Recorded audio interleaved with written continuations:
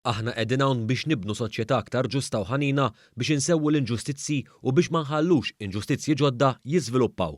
Kien b'dan il-mod empatija lil Prim Ministru Robert Abela beda d-diskors tiegħu fil-Parlament kif komplet id-diskussjoni dwar l-abbozz ta' liġi li jitratta l-użu responsabbli tal-kannabis. Fil-fatt il-Prim Ministru tenna li llum qed tiġi diskussa din il-liġi wara li l-Partit Laburista u l-Gvern elevaw din id-diskussjoni fuq livell nazzjonali. Dan anke permezz ta' tnedija ta' white paper li rat kontribuzzjoni qawwija ta' 350 persuna, entitajiet u assoċjazzjonijiet li kollha qalu tagħhom dwar din il-liġi. Kulħadd apparti l-Oppożizzjoni pparteċipa e kif Dr. Abela fakkar kif il-kap nazzjonalista Bernard Grech lanqas biss kien jaf li kien hemm white paper dwar din il-liġi.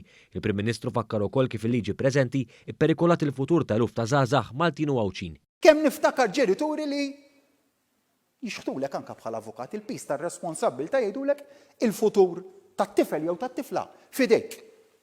U għalhekk li llum qed nagħmlu din il-bidla, għalhekk issa trid issir din il-liġi.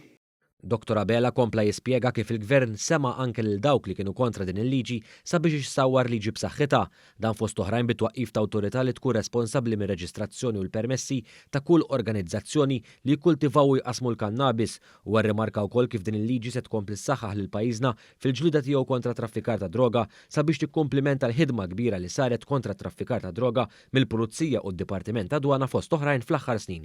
Intant il-Prim Ministru fakkar fil-punti prinċipali li tinkludi fih din il-liġi fosthom li persuni ta' 18 sena jew aktar jista' jkollhom fuqhom sa 7 grammi għall-użu personali tagħhom.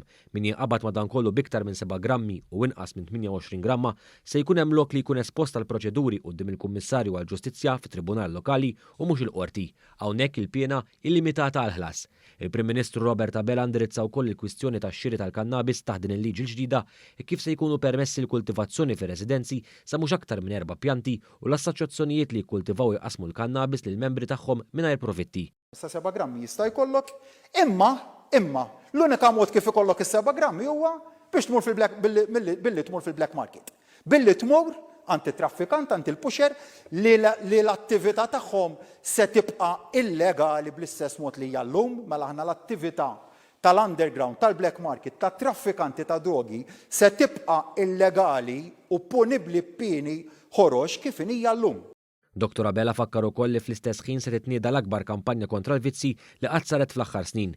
Il-Prim Ministru indirizza wkoll il-pożizzjoni tal-Oppożizzjoni. X'kien il-bottom line ta' dak illi qalu li pajjiż li Malta u Għawdex tagħna ma jistgħux jafdaw kap ta' oppożizzjoni b'nuqqas ta' sens ta' leadership u partit maqsum imexxi lil pajjiż.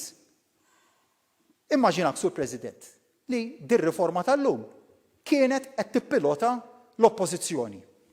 Immaġina aktar minn hekk forsi, Sur President, immaġinaw kieku l-oppożizzjoni tal-lum qiegħda fuq in-naħa tagħna tmexxi l-pajjiż. U tittiġi f'data tmexxi l-ekonomija tal-pajjiż f'mument daqstant importanti. Fil-konklużjoni tiegħu b'referenza l-Oppożizzjoni, il-Prim Ministru Robert Abela tenna li l-bidla faċli tipriedka fuqha madankollu li jottu li verament wettaqa'. Tenna li biex twettaq il-bidla trid il-kuraġġ u danu li qed juri dan il-Gvern. Dir-relazzjoni sinċira li għandna mal-poplu Malti żammejnija quddiem għajnejna qabel fassalna din il-liġi u se tibqa' ċentrali dir-relazzjoni ta' onestà u ġenwinità man-nies se tibqa' ċentrali f'kull bidla oħra tkun xi tkun, f'kull bidla oħra li rridu nġibu f'pajjiżna. Sur President, aħna rridu li jkollna Malta li tagħder u mhux li tikkundanna lin-nies.